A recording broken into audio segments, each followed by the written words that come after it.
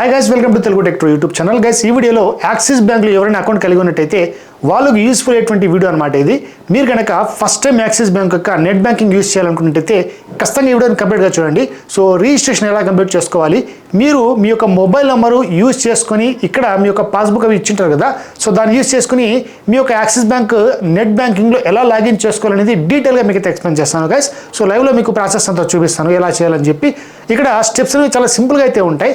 మీరు చేసింది ఏంటంటే సో కాంప్లికేటెడ్ కాకుండా ఎక్కడ స్కిప్ అయితే చేయొద్దండి గైస్. సో స్టెప్స్ స్కిప్ అయ్యాయంటే మళ్ళీ మీకు కొంత ప్రాబ్లం అయ్యే అవకాశం అయితే ఉంటుంది. సో వీడియోని కంప్లీట్గా వాచ్ చేయండి. యాక్సిస్ బ్యాంక్ లవర్స్ అయితే ఖచ్చితంగా మీకు అయితే ఇది యూజ్ అవుతుంది. సో ట్రాన్సాక్షన్స్ ఎలా చేసుకోవాలి ఇవన్నీ కూడా డీటెయిల్గా మీకు అయితే చూపిస్తాను. మీరు చేసింది ఏంటంటే ఈ వీడియోని వాచ్ చేసి నచ్చినట్టు తెలియకూడదు మర్చిపోకండి. So let's get in to the topic. Guys, ముందుగా మీరు యాక్సిస్ బ్యాంక్ యొక్క అఫీషియల్ వెబ్సైట్లోకి రావాల్సి ఉంటుంది. దీని యొక్క లింక్ను ఈ వీడియో కింద డిస్క్రిప్షన్లో మీకు అయితే ఇచ్చి ఉంటాను గైస్. అక్కడి నుంచి మీరు డైరెక్ట్గా ఈ పేజ్కి వచ్చేస్తారు. ముందుగా మీరు చేస్తుంది ఏంటంటే ఇక్కడ లాగిన్ ఆప్షన్ కనబడుతుంది. సో లాగిన్ మీద క్లిక్ చేశారంటే ఆటోమేటిక్గా ఇక్కడ రెండు ఆప్షన్స్ కనబడతాయి, లాగిన్ తర్వాత రిజిస్టర్ అని చెప్పి. సో ముందుగా రిజిస్టర్ మీద క్లిక్ చేద్దాం.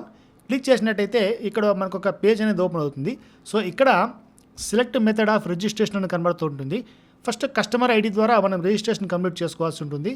ముందుగా ఇక్కడ మనం చేయాల్సిన విషయం ఏంటంటే కస్టమర్ ఐడి అనేది మీ యొక్క బ్యాంక్ పాస్బుక్లో అయితే ఉంటుంది గైస్. సపోజ్ మీ దగ్గర బ్యాంక్ పాస్బుక్ ఇప్పుడు ప్రజెంట్ లేకపోయినట్టయితే, లేదంటే మీకు కస్టమర్ ఐడి అనేది తెలియకపోయినట్టయితే ఇక్కడ ఫార్గాట్ కస్టమర్ ఐడి క్లిక్ చేసి దీనివల్ల రిట్రీవ్ అయితే చేసుకోవచ్చు మీరు. దీనికోసం మీరు చేస్తుంది ఫార్గాట్ కస్టమర్ ఐడి అయితే క్లిక్ చేయండి. క్లిక్ చేసిన వెంటనే ఇక్కడ మీ మొబైల్ నెంబర్ అయితే కనబడుతుంది. మొబైల్ నెంబర్ తర్వాత పాన్ నెంబర్ ఎంటర్ చేసి ఇక్కడ కస్టమర్ ఐడిని మనం రిట్రీవ్ అయితే చేసుకోవాలి. ముందుగా ఇక్కడ మొబైల్ నెంబర్ ఎంటర్ చేద్దాం. దాని తర్వాత మీ యొక్క పాన్ కార్డ్ డీటెయిల్స్ అనేవి ఎంటర్ చేయాల్సి ఉంటుంది. డీటెయిల్స్ ఇచ్చిన తర్వాత సబ్మిట్ చేద్దాం. ఇప్పుడు మన యొక్క ఈమెయిల్ ఐడికి ఒక ఓటీపీని సెండ్ చేయడం జరుగుతుంది. సో వచ్చినటువంటి ఈమెయిల్ ఐడి లేదంటే మొబైల్ నెంబర్ కూడా ఓటీపీ వచ్చి ఉంటుంది. సో దాన్ని అయితే యాజ్ ఈజ్గా ఇక్కడ ఎంటర్ చేసేద్దాం. కన్ఫర్మ్ చేసిన వెంటనే ఇక్కడ కస్టమర్ ఐడి కనబడుతుంది. సో ఇక్కడ కస్టమర్ ఐడి అనేది ఇక్కడ చూడండి, మనం ఇక్కడ అన్బ్లాక్ చేస్తామంటే కస్టమర్ ఐడి కనబడుతుంటుంది. సో దీన్ని మీరు క్లియర్గా రాసి పెట్టుకోండి గైస్. దాని తర్వాత ఆటోమేటిక్గా ఇక్కడ మనకి లాగిన్ పేజ్కి రీడైరెక్ట్ చేయడం జరుగుతుంది.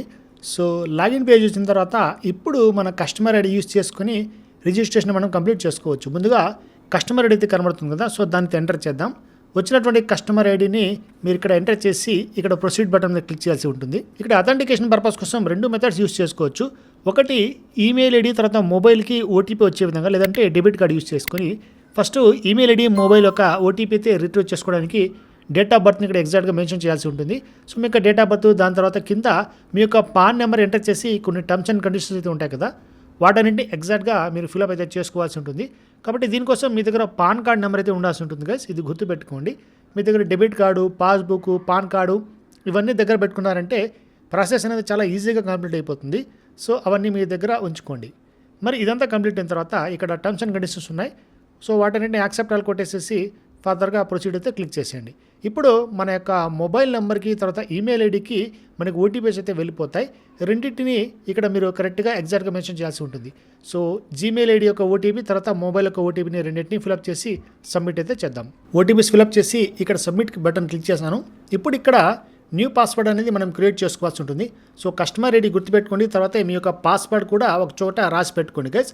అప్పుడు మాత్రమే మీకు యూజ్ అవుతుంది గైస్. మీ యొక్క పాస్వర్డ్ అనేది 8 క్యారెక్టర్స్ మినిమం ఉండాల్సి ఉంటుంది. అలాగే combination of digits and letters ఉండాల్సి ఉంటుంది. సో ఎగ్జాక్ట్గా ఇక్కడ కొన్ని ఎక్స్ట్రా క్యారెక్టర్స్ కూడా యూజ్ చేసుకుని పాస్వర్డ్ అయితే ఎగ్జాక్ట్గా మ్యాచ్ చేసుకుని కన్ఫర్మ్ అయితే చేసుకోండి. సో మంచి స్ట్రాంగ్ పాస్వర్డ్ అయితే క్రియేట్ చేసుకోండి గైస్. ఎందుకంటే మనకి బ్యాంకింగ్ సెక్టర్స్ ఇప్పుడు కూడా చాలా కాన్ఫిడెన్షియల్ మ్యాటర్ కాబట్టి మంచి పాస్వర్డ్ అయితే మీరు క్రియేట్ చేసుకోవాల్సి ఉంటుంది. సో ఫర్దర్గా మనం కన్ఫర్మ్ మీద క్లిక్ చేస్తామంటే నెక్స్ట్ స్టెప్ అయితే మనకు ఓపెన్ అవుతుంది. ఇదంతా ప్రాసెస్ అవ్వడానికి మనకి ఇంటర్నెట్ చాలా స్ట్రాంగ్ అయితే ఉండాల్సి ఉంటుంది. అది గుర్తుపెట్టుకోండి గైస్. నెట్వర్క్ ఇష్యూస్ ఏమైనా ఉన్నట్టయితే మధ్యలోనే ప్రాబ్లం మళ్ళీ స్ట్రక్ అయిపోతుంది అనమాట ఇదంతా కూడా. సో మళ్ళీ ఫస్ట్ నుంచి మీరు మొదలు పెట్టాల్సి ఉంటుంది. కాబట్టి స్ట్రాంగ్ నెట్వర్క్ ఉన్నప్పుడు మాత్రమే వీటన్నింటిని కంప్లీట్ చేసుకోండి. ఇప్పుడైతే మనకి కంప్లీట్ అవ్వడం జరిగింది. సో మళ్ళీ ఏం చేస్తానంటే లాగిన్ పేజ్ వెళ్ళిన తర్వాత ఇప్పుడు మనకు వచ్చినటువంటి కస్టమర్ ఐడి లేదంటే లాగిన్ ఐడి అలాగే మీ యొక్క పాస్వర్డ్ని ఎంటర్ చేయాల్సి ఉంటుంది. సో వీటన్నిటిని ఎగ్జాక్ట్గా ఎంటర్ చేసి మళ్ళీ మనం లాగిన్ బటన్ మీద క్లిక్ చేసామంటే మన యొక్క డాష్బోర్డ్ అనేది ఓపెన్ అవ్వడం జరుగుతుంది. సో పాస్వర్డ్స్ ఇవన్నీ కూడా ఎగ్జాక్ట్గా మీరు రాసి పెట్టుకొని చెప్పే కదా, సో జాగ్రత్తగా ఎంటర్ చేయండి గైస్. మినిమం 3 అటెంప్ట్స్ మాత్రమే ఇక్కడ మనకి పని చేస్తాయి. దాని తర్వాత కనుక ఎక్స్ట్రాగా మీరు ఇక్కడ ఎంటర్ చేశారంటే మళ్ళీ అది కూడా లాక్ అయిపోతుంది. 24 అవర్స్ మళ్ళీ వెయిట్ చేయాల్సి ఉంటుంది. ఇక్కడ మనకి సెక్యూరిటీ పర్పస్ కోసం కొన్ని క్వశ్చన్స్ అయితే అడుగుతుంది. సో వీటన్నిటిని మీరు గుర్తుపెట్టుకోండి, లేదంటే ఏదో ఒక చోట రాసి పెట్టుకోండి గైస్. ఇక్కడ చూడండి, which school did you attend for standard 6 అని చెప్పి అడుగుతున్నారు. So some type of questions ఇక్కడ మీకు మారవచ్చు. ఇక్కడ మనకి కుంటాకల క్వశ్చన్స్ అయితే అడిగారు. వాటి యొక్క ఆన్సర్స్ అనేవి ఎగ్జాక్ట్గా మీరు రాసి పెట్టుకున్నట్టయితే, లేదంటే ఒక ఫోటో తీసుకునేసి దీన్ని సేవ్ చేసుకున్న కూడా బెటర్ ఆప్షన్ అనమాట.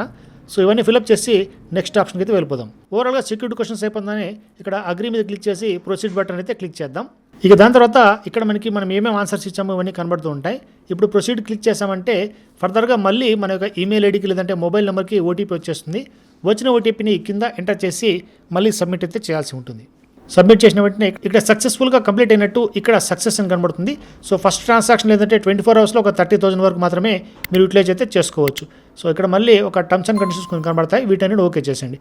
ఇప్పుడు మీ యొక్క యాక్సిస్ బ్యాంక్ యొక్క నెట్ బ్యాంకింగ్ ఇంటర్నెట్ బ్యాంకింగ్ అనేది సక్సెస్ఫుల్గా ఓపెన్ అయిపోయింది. ఇక్కడ గమనించాలంటే డాష్ బోర్డ్లో మనకి కంప్లీట్గా మన యొక్క సేవింగ్స్ అకౌంట్ నెంబరు తర్వాత బ్యాలెన్స్ అనేది కనబడుతుంది గైస్. సో ఇక్కడ accounts, mutual funds, fund transfer, loans, services అన్నీ కూడా మనకు ఒకటేసారి ఇక్కడ డాష్ బోర్డ్లో కనబడతాయి. ఇక్కడ అకౌంట్ సెక్షన్ మీద క్లిక్ చేసామంటే ఇక్కడ మనకి కంప్లీట్ డీటెయిల్స్ అయితే కనబడుతూ ఉంటాయి గైస్. ఇక్కడ అకౌంట్ డీటెయిల్స్ చూసుకోవచ్చు. మరి ఓవరాల్గా ఇదన్నమాట ప్రాసెస్ అయితే కంప్లీట్గా యాక్సిస్ బ్యాంక్ యొక్క నెట్ బ్యాంకింగ్లో మీరు ఎలా ఫస్ట్ టైం రిజిస్టర్ చేసుకోవాలనేది ఇప్పుడు మీకు క్లియర్గా అర్థమైంది అనుకుంటాం గైస్. సో ఇదన్నమాట యాక్సిస్ బ్యాంక్ యొక్క రిజిస్ట్రేషన్ ప్రాసెస్. కంప్లీట్గా మీకు అయితే యూజ్ అయింది అనుకుంటాను. యూజ్ అయినట్టయితే లైక్ కూడా మర్చిపోకండి. ఇలాంటి మరిన్ని వీడియోస్ కోసం నా ఛానల్ వెంటనే సబ్స్క్రైబ్ చేసుకోండి guys. Thanks for watching this video. Have a great day.